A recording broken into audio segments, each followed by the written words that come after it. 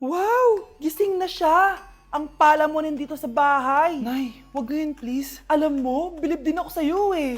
Wala na nga tayong makain, nagpabuntis ka pa. Buti pa yung anak ni Rosa, pag-aaral ay natupag. Nakakawalang gana! Yan, umalis ka! Diyan ka magaling! Kasalanan mo to! Sinira mo yung future ko! Ate, please, tigilan mo yan. Walang kasalanan yung bata. Hindi! Dahil dito, galit sa akin si nanay! Kaya dapat mawala na to! Ate, wag! Ate! Anak, kain ka na oh. Nay, Sorry anak ha sa mga sinabi ko. Hayaan mo, babawi ako sa'yo ha. thank you, Nay. Nay, sumasakit yan ko. Nay. Oo, yung pinag-usapan natin ha. Hihintayin ko ng mga anak tong babaeng to. Pag nabigay ko na yung bata, ibigay mo na agad yung pera sa akin ha. Balak ibenta ni nanay yung anak ko. O anak, okay ka lang? Walang iya ka, Nay! Ang sama mo! Akala ko, totoong nagbago ka na. Pera pa rin pala yung nasa utak mo. Abay, bakit? Wala ka na nga pakinabang dito. At least yung anak mo, mapapakinabangan ko. Wala ka namang papakain dyan eh. Napakasama mo! Lalayas na ako sa impyernong to! Sige, lumayas ka. Sino tinakot mo? Tignan natin kung saan ka pupulutin.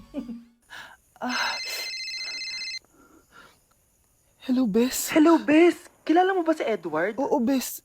Siya yung ama ng dinadala ko. Mayaman pala sila, Bes. Gusto kanyang makita kasi gusto niyang panagutan yung baby mo. Talaga? Oo, Bes. Ito na yun, Bes. Bes, hindi mo na kailangan magtiis na nanay mo. Hindi pwedeng anak ko lang ang makikinabang sa yaman ng lalaking yun. Dapat ako din.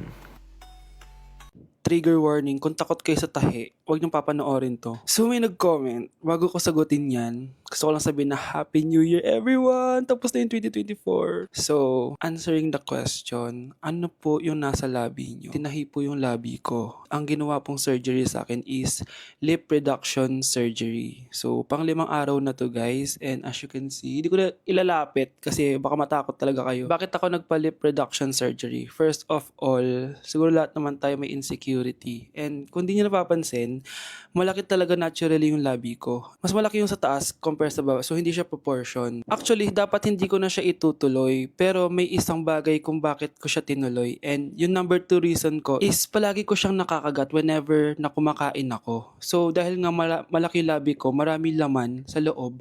So, kapag ngumunguya ako, nakakain ko siya. Ang tendency, hindi nawawala yung singaw ko. And lumalaki yung singaw ko kasi palagi ko siyang nakakagat. Imagine, hindi lang isa, hindi lang dalawa ko siya beses nakakagat, kundi siguro mga 5. Ganun kalala. So, dugong-dugo talaga. Kaya tinuloy ko na rin siya para finally mabawasan na yung laman niya sa loob at sana hindi ko na siya makagat in the future. Pero syempre, para mas maging confident na rin ako sa mga pictures. Kung nagtataka kayo kung bakit after Pasko or December 26 ako nagpa-surgery, is yun yung earliest na appointment na pwede yung doctor ko. And yun na yung ginrab ko since kailangan kong gumaling before ako bumalik sa school. Kasi di naman ako pwedeng bumalik sa school na nang ganito yung sitwasyon ng bibig ko. Paano ako magre-report, diba? Ito na ata yung sinasabi nilang New Year, New Me.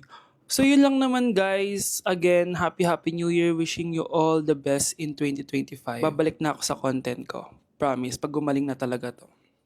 Bye-bye.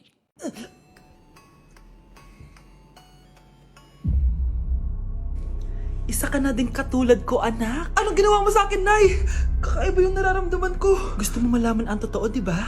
Isa akong diwata mula sa mundo ng Encantasia.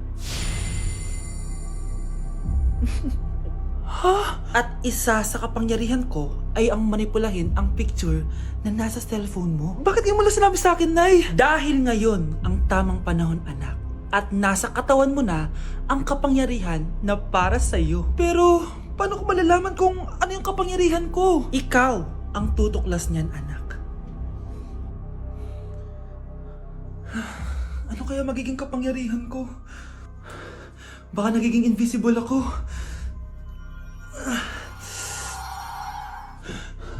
Hindi ako nawala. Baka kaya ko magpalutang ng gamit.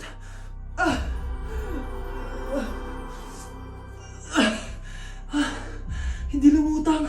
Ang hirap naman neto. Baka kaya ko tumagos sa pintuan. Aray! Tatay ako.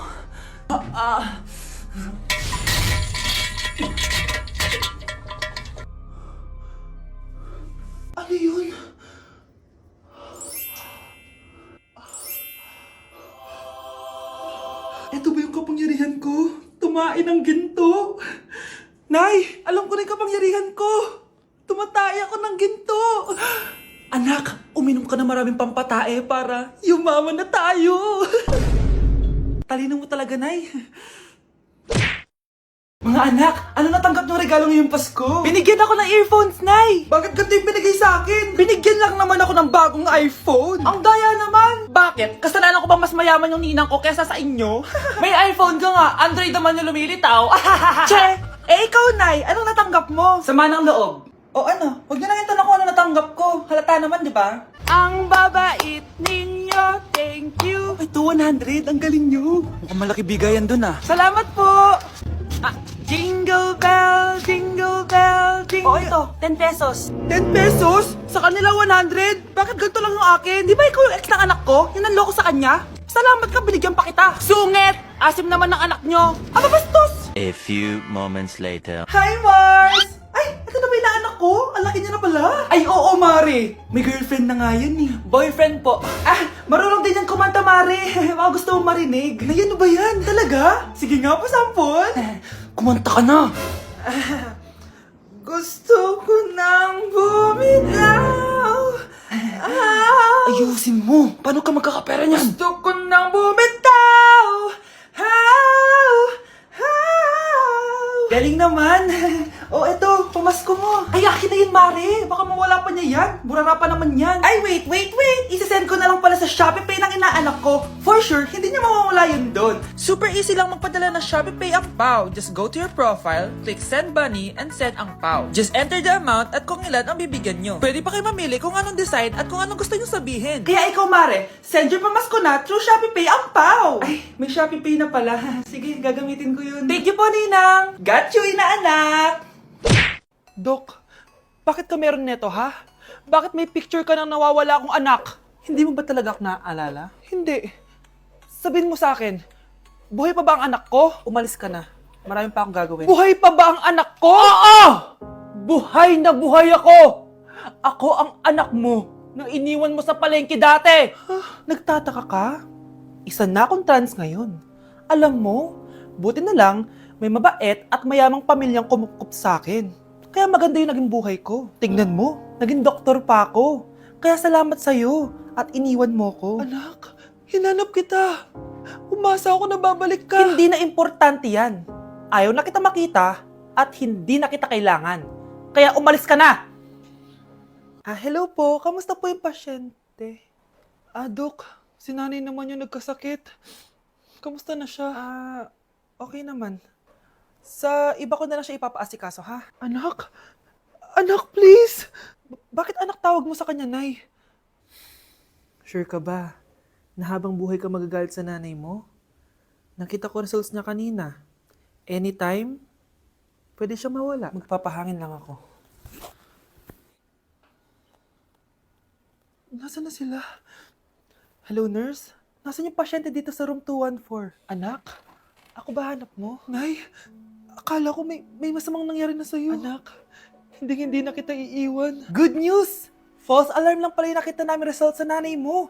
Ibig sabihin, magiging okay siya. Salamat naman. Nay, ayoko na mawala ka sa akin, ha? Yay! May ate na ako! Class, may joke ako. Anong hayop ang hindi marunong magtago? Ano po, ma'am? Di elepante kasi di ba malaki siya? Corny ni ma'am. Rubes. Nakakatawa ka talaga, ma'am. Oh, +1 si Samantha kasi siya lang yung tumawa. Thank you, ma'am. Lu, pwede pala yun? Ma'am, eto po, para sa inyo po to. Hala, ang ganda naman nito. Balita ko po kasi, ma'am, mahilig kayo sa halaman. Thank you, Samantha. Baka naman, ma'am, plus points sa quiz natin kanina. Sure, +5 ka na sa akin. Ikaw pa ba? Hala siya, pasipsip to kay ma'am, oh. Okay, class dismiss. Pwede na kayo umuwi. Ma'am, ako na po magdadala ng mga gamit nyo para di po kayo mahirapan. Hatid ko na po kayo, ma'am. Aba naman, buti pa si Samantha, matulungin. Ginagawa niya lang naman yun para magka-plus points siya. Ay, nakakainis si Samantha, no? Halatang nagpapasip-sip lang siya kay ma'am. True. Kaya siya yung top 1 palagi dahil sa mga binibigay na points si ma'am. Guys, tingnan nyo. Convoy ng magulang ni Samantha tsaka ni ma'am. Babayaran daw si ma'am para maging valedictorian si Samantha. Grabe. Sumusobra na kayo. Okay, class, may i-announce ako. Ang valedictorian natin ay si... Sino pa ba? Eh, di si Samantha. Hala, totoo ba? Hindi ko expect. Congrats, Samantha. Ang galing nyo. Ang galing mong bumili ng grades. Ha?